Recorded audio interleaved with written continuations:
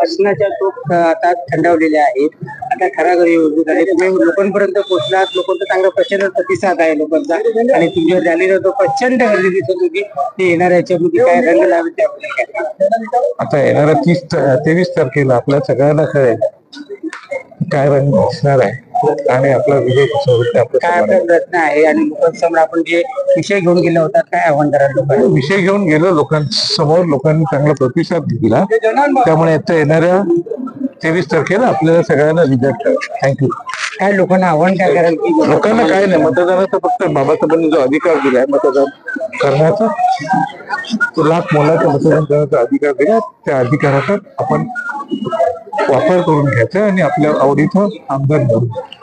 येणाऱ्या 23 तारखेला निवड गुन्हा कोणाचा असणार आहे? आपलाच. थँक्यू.